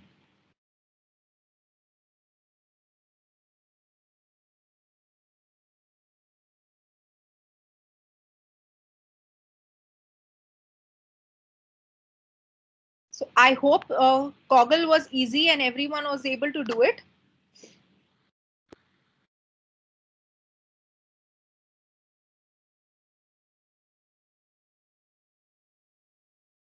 Great.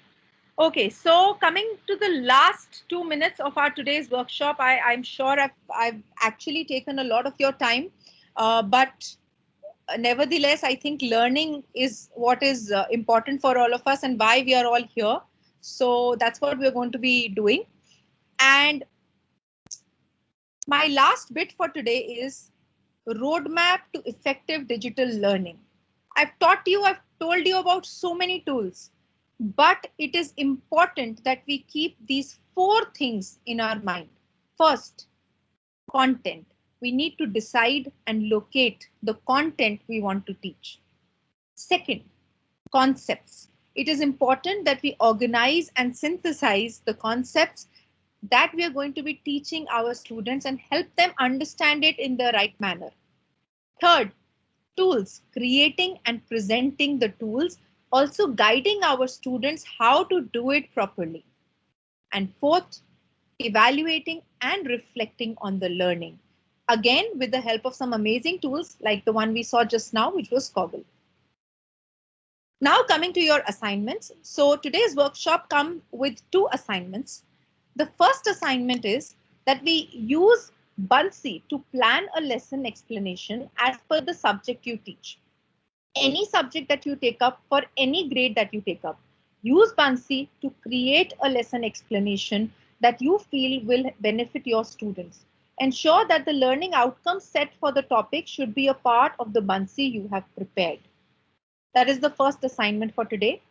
And the second assignment is use Coggle to summarize what you have learned in today's workshop. So use today's workshop and the tool to be able to help you remember whatever you have learned in these 1.5 hours, 2 hours today with me.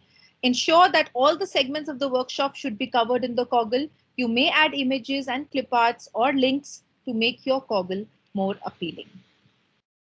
Thank you so much. Keep learning. If you have any questions, you can reach me at divyakapoorx@gmail.com, or you can also have reach me on my Twitter handle at @kapoordivya. Thank you so much for being patient listeners and for bearing with me over time as well. Thank you. Yeah. Thank you so much, Divya ma'am. Thank you, ma'am. Ma'am, I have a question over here. Yes. As we have gone through like step 4 steps, understanding, building the concept, student participation and activities, closure. So is it not 4 different apps we are working through for a single content or subject, or else one particular chapter? Is it not becoming difficult practically if we go through it? See, I am not telling you to use all of these together. But what I'm telling you is try and use it wherever possible. So maybe in one particular class you can use Pixton, and Pixton is already prepared by you, so you're only going to be using it to be sharing with your students at the beginning, just to storify the concept that you're going to be teaching them. Coggle is something that is very easy and you can actually use it very, very frequently. Buncee, on the other hand, just helps you take you through the class. Right now also, many of you might be taking presentations, preparing presentations or preparing some Word documents to be taking you through your respective classes. But Buncee just adds on that element where students are able to see more and enjoy more. Also, you can add your own videos and audios in Buncee. So if you share your Buncee with the students at the end, they are able to see the lesson explanations that you've given that are a part of Buncee if you have added them. So no hard and fast rule that all 4 need to be clubbed into one class. Use it as and when you require it. Okay, sure. So, ma'am, can we take questions for the next 2 minutes? Absolutely. Please go ahead. Okay. So, dear teachers, you can post your questions in the chat box, or you can unmute yourself by your order so that it doesn't hamper the learning experience of the other educators here. So, or you can also raise your hands in case if you have any other questions.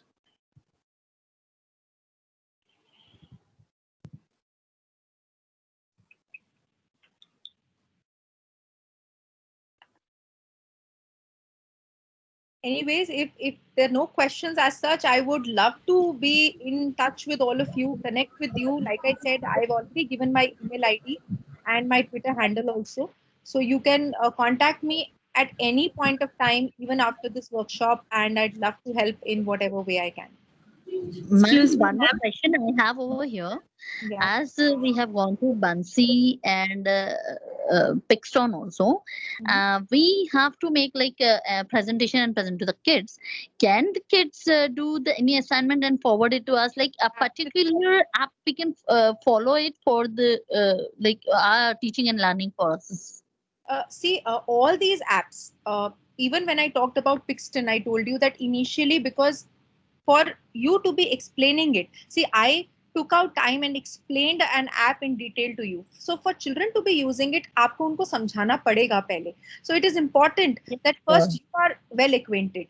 All these apps, the tools that we talked about today, whether it is Buncee or Pixton or Coggle or Google Slides, all can be used by you as well as your students to submit their learning. Children can also be doing Buncee. Children can collaborate on Buncee and share their links with you, and you can go through those links. So it is a vice versa thing. It's just that children need to be guided at every step. Like, I have guided you that how they have to be using it properly. Otherwise, they are going to be, in a dilemma, what to do, how to do. They will not understand. So first, try giving them the experience of being a viewer. When they are actually just familiarized with the platform, they know how it looks like, and then slowly take them through app by app, slowly take one tool at a time and explain it to them where they can hands-on and give you back their learning through that tool. Excuse me, ma'am. Yes. First of all, I really want to thank you for this wonderful session, because in this pandemic situation, by teaching the students through online classes, we have learned many things, like teaching through PowerPoint slides and all, like Cisco WebEx, sometimes Zoom, everything we have used. But today's session was a bit different, like using this Buncee and Pixton. It is really, really amazing. So students will really get very much interested, because sometimes they do now, but say the classes are going on, they are just lying down, okay, let the class go on. So this is really fun to make them very, very interesting. This is the only procedure, I think. Yes, ma'am, this whole video has been recorded. Is there any method to get that recorded slide? I think Arun will be sharing the video with all of you. Right, Yes. Varun? Am I right? Yes, ma'am. So I request all the participants to please fill the feedback form. So that's how we'll be able to collect your email addresses, and we'll be able to reach out to you. So the feedback form link has been shared in the chat box and as well in the screen. So Yes, Will you ma'am. please share it again? Because yesterday I was doing class through laptop and I didn't get any email or anything that WhatsApp group has been created. I didn't get into that. So will you kindly help me by yesterday's and today's class? It will be much Absolutely, ma'am. better. Absolutely. I'll be sharing it with you. I'm just taking a note of your name, Rupali Kund, right? Yes. Thank you. Thank you, ma'am. Thank you, sir. Thank you so much, everyone. I can see all the wonderful comments in the chat section. Thank you so much. It's been lovely being here with you, and I hope you also have some great takeaways from today. Absolutely, Yeah, ma'am. yes, sure. It was an amazing session. Thank you so much. Yes, ma'am. In fact, today's session was one of the most interesting sessions that we have had over time. Thank you so much. Yes, ma'am. And one of the most interesting parts of this session was also that you had covered in all the brilliant pointers, right from setting the context to building a concept to helping students understand, create multiple activities. And my favorite part of the session was about summarizing, ma'am. Teachers, thank you so much for joining. In fact, many such sessions have been planned just like today, where we have come across some amazing tools like Pixton, Bunsey, Google Slides, Padlet, Kaggle, and one of the most important challenges, in fact, that whenever we have, in our conversations with educators in our community, is that they find it very difficult to maintain engagement with their online while teaching online.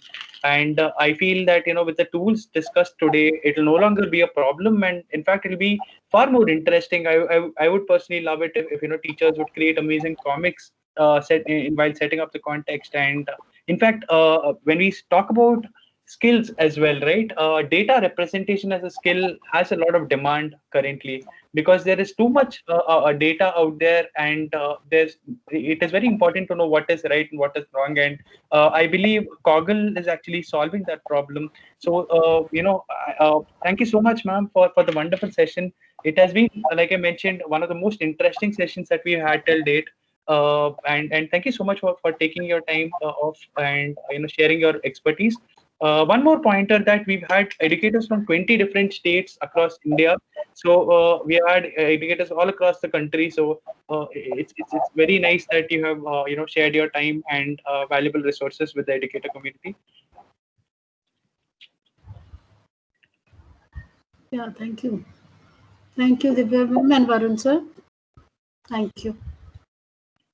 Thank you, teachers. I request you all to please, share your feedback on the feedback form. As shown on the screen, you can follow Divya ma'am at the rate Kapoor Divya on Twitter, and if you can share your thoughts on Twitter and tag us, let us know how you felt about this entire experience. It will help us become better. And thank you so much for joining again. If there are any other questions, you can feel free to message in the WhatsApp group, and we can take it forward from there. So thank you so much. Thank you so much for joining.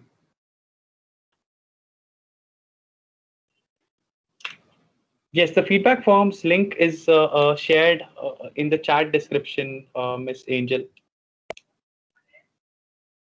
Sir, I'm not able to access the feedback form. Even I am not able to access, sir. Please. Are you able to see the screen? Yes.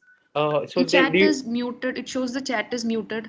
Okay. I'm sorry about that. Are you able to see the screen, ma'am? Yeah.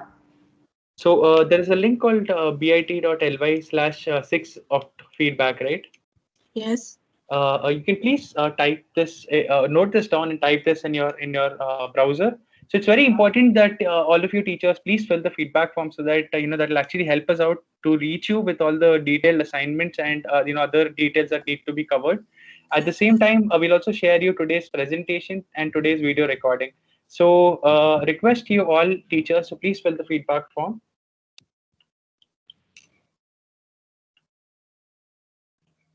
And let us know your thoughts on Twitter by tagging us. Please follow Divya ma'am on Twitter. You can reach out to her. You can reach out to us at the rate teacher tweets, and you can reach out to HChat India at the rate HChat Ind.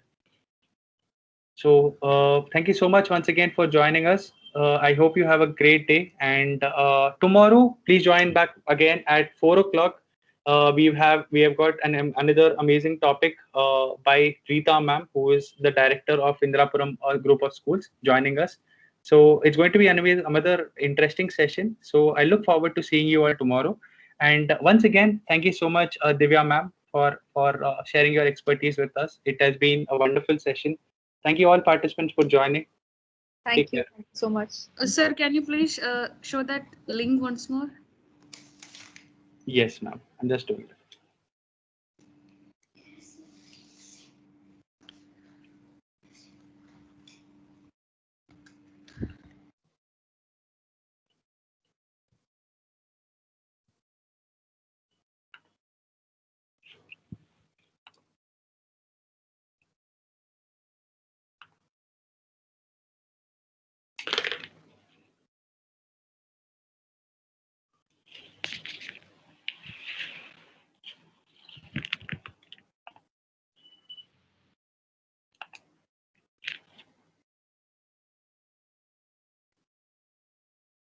Yeah, thank you, sir.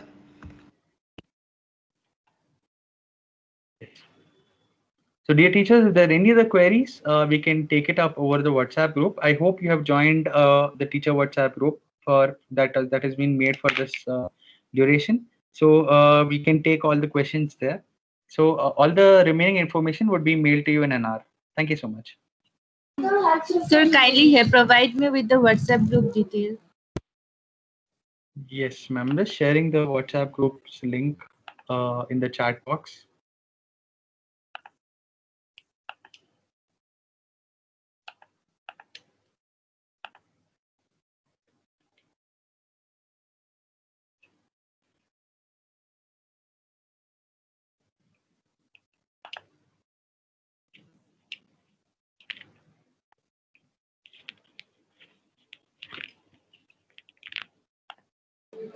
Thank you, sir. We have joined. Yeah.